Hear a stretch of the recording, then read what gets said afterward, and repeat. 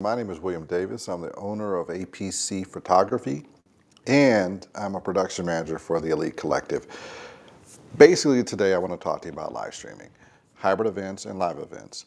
A couple of things that we tend to get questions about are, one, how do I get the most engagement out of an audience?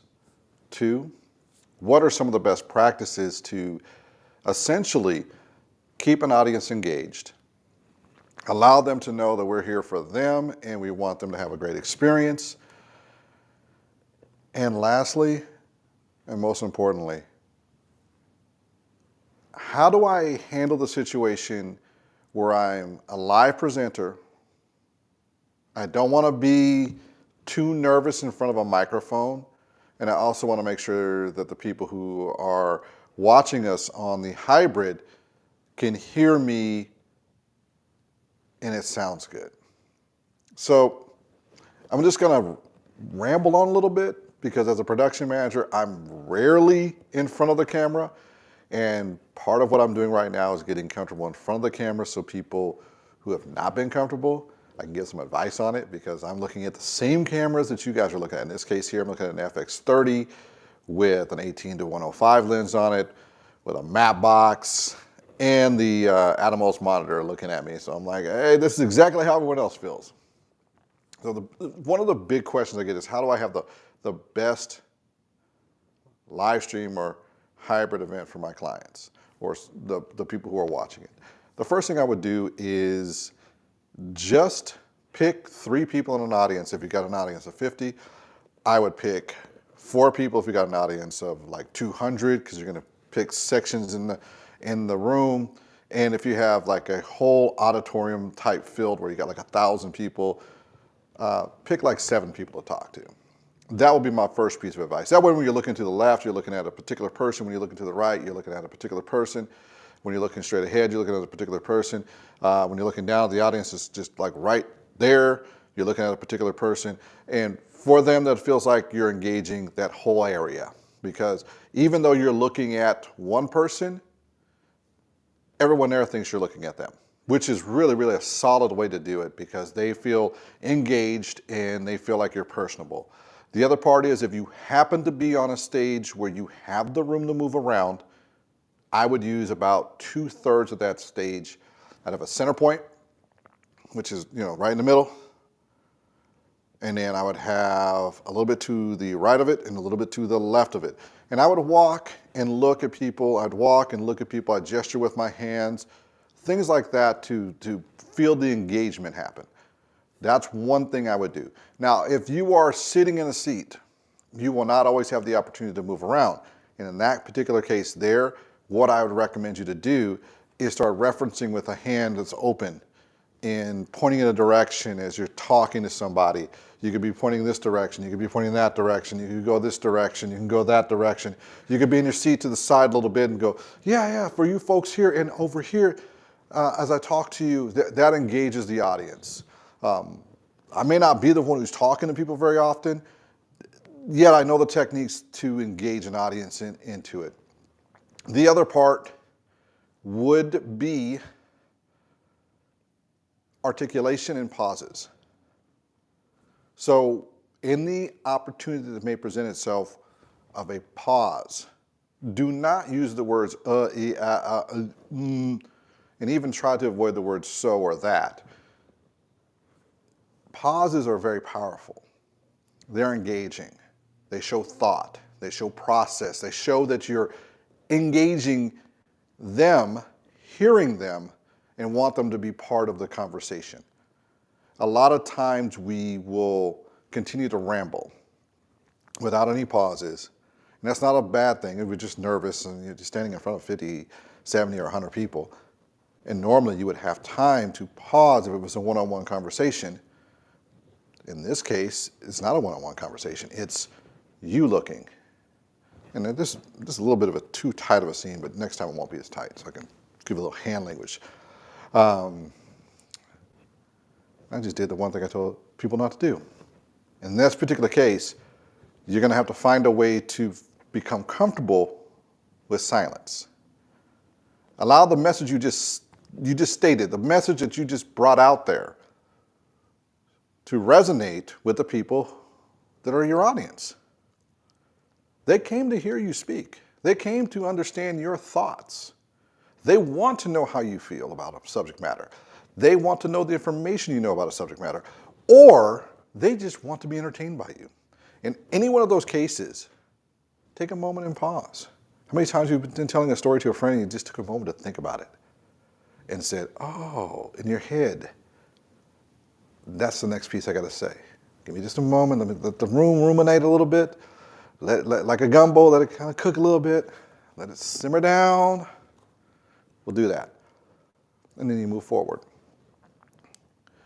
Another question I get asked a lot, we were talking about before, the sound and audio.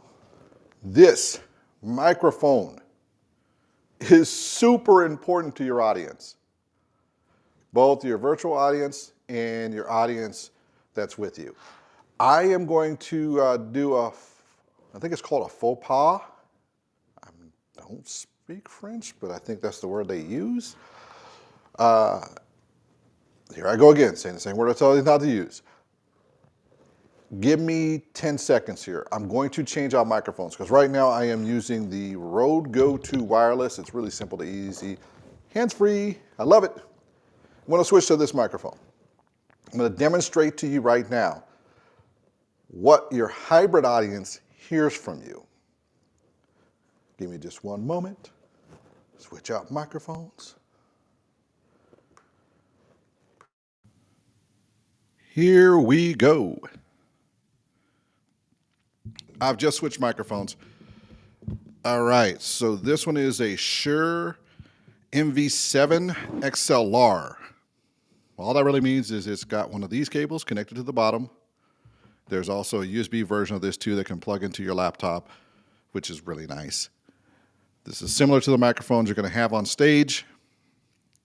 A lot of times, what you'll do, especially if you're not comfortable with the microphone in front of you, and you're holding a microphone like this, you'll pull the microphone away like that. Or you'll put the microphone down here. In either case, you really aren't allowing your guests to hear you the way they should. So if you have a microphone, make sure you have it angled at your face roughly about 45 degrees. Let me show you here. And that you have it roughly about an inch or two away from your lips. And yes, my allergies are killing me, so you're going to hear every breath. And I am going through a weight loss journey, as they call it nowadays. And in my case, it's just called I got to get back down to like 230 when I was an athlete, when I was younger. I just want to be back to a healthy weight. I gained some weight during COVID and never really lost it, never got in the habits to lose weight. But that's coming. Here is a way that you can make sure your audience hears you good. And it's also a way to give presence in the room. If the microphone is away like this or down like this, you don't have the presence in the room. We reinforce that room with speakers to elevate and accentuate your voice so that your guests can hear you, so that they can be moved by your words. Your words are not just the words you're saying, it's the presence, it's the sound, it's the depth of your words. And we want that to come across.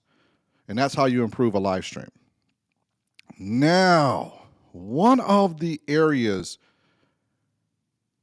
that I have a hard time articulating at times, and I am working on it.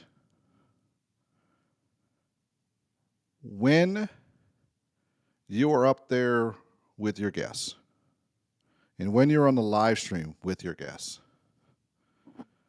what is the hardest thing for our clients to do, and it's the hardest thing for me to do, is stay focused on the message at times when the nerves hit you. And it happens especially because in live production, weird things can happen to you. If you're at a show and you find out that a presenter just got delayed by 2 minutes because their internet went down, and it does happen a lot on the hybrid events because we have a presenter coming in, or we just completely lost them in the middle of a presentation. This is where the nerves will hit you. A lot of times in those hybrid moments, you'll feel a little nervous. The energy gets, Don't let it bother you. In live production, you're going to have weird things happen. All of the time. Expect it. Because we're just regular people. So the best thing you can do in that situation is be the safe harbor for everyone else.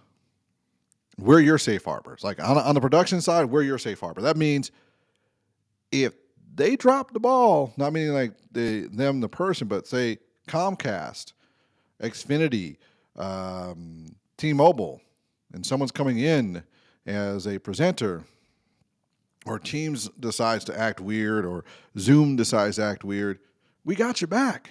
We're going to find a solution for you. So all you really have to do is move forward with your presentation that was going to come after that last presenter, or your point that was going to come after the last presenter. Because what we'll do, we'll get everything rolling again. We'll get everything back in line for you. And then you can go back and restart that conversation with your remote presenter. And this is an area where it's happened to us a few times over the last 2 years, where a remote presenter will come in and we lose them because their signal gets dropped.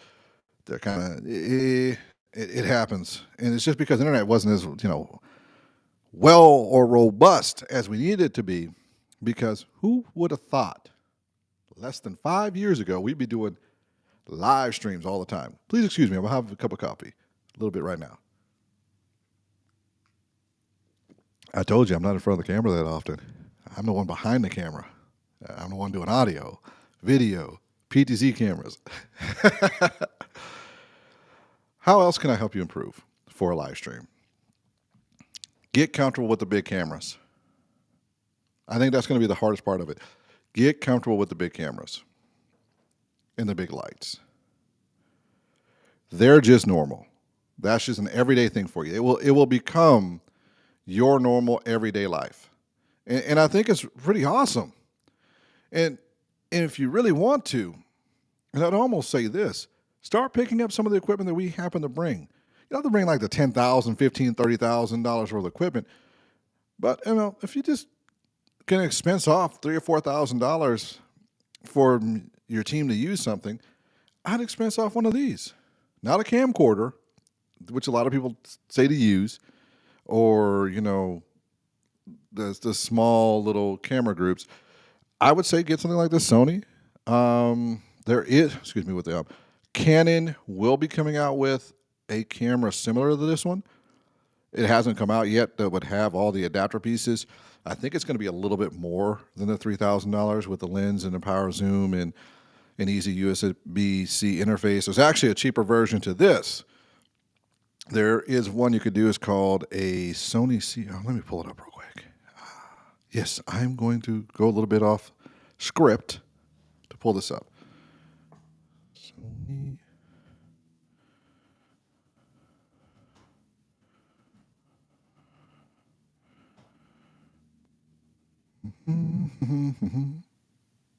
Where'd you go? Where'd you go? There it is.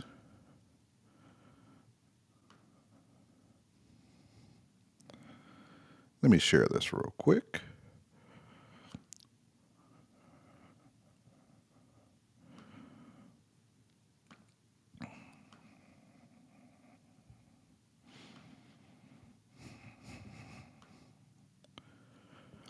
So I'm going to be looking down at the screen, and the camera view is going to look weird because I'm looking down. I'm reading about the camera. It's the Alpha Z E10 A.P.C. APS-C interchangeable vlog camera. Okay, that long laundry list basically is the camera I'd recommend if you're going to use a USB mic. There's a USB mic version of this one, and this one is USB. If you're going to use that with the USB-C, this camera, the one I just put on the screen, the lens I have, which is the 18-105. Let me see if I can find that here real quick.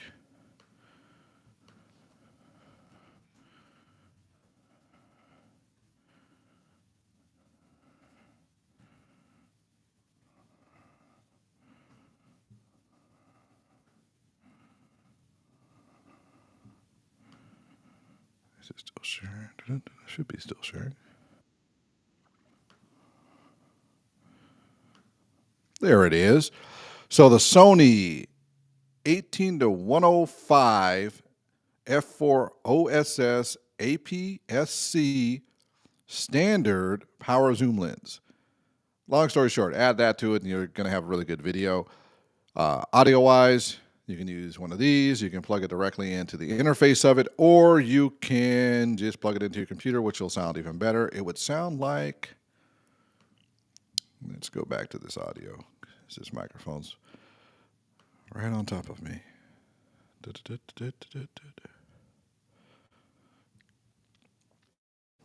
Here we go. Back to this audio. All right. So we would have this audio instead. And this would be a good way to go, roughly about $1,500. You would not have some of the focus features, but overall you'd still have a really solid camera, and this would be a good way to go for live streaming or on your computer and just connect it right in. Use the Rogo 2. That combo right there is just a phenomenal combination. I wouldn't recommend it as the all-out beast of the $3,000 one I was talking about earlier, which is a different video. I think it's like 2 back. That one there gives you more interface options down the road, and you can utilize a lot more options. But if you just wanted something that was solid, ready to go, easy to use, that's the combo I would use. That's a little bit off target, but I think it's a little on target at the same time. I think that's it. I've enjoyed being on here somewhat. I mean, when you're rambling on for 20 minutes about stuff you love, it makes it easy. At the same time, I'm still a little nervous behind the camera too, just like a lot of us are. Thank you for watching. Cool. Bye-bye.